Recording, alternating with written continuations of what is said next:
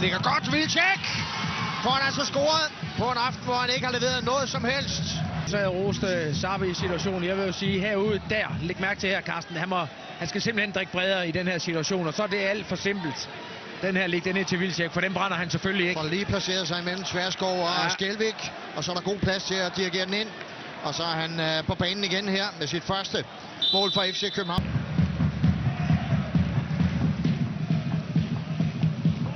Jesper Larsen fik hovedet på. Og den der falder ned. Wilczek! Der er altså scoret på to chancer. Den her... Siger han var, selvom det var Ronny Schwarz, der vandt i mine øjne. Han skal ikke have lov til at have den her plads. Læg mærke til her, hvordan... Ja, Marco Lund. Fejl, ikke? Ja, Tverskov. Ja, men det er ikke Marco Lund, der burde have ham, ikke? Markere ham. Han skal blive ved ham.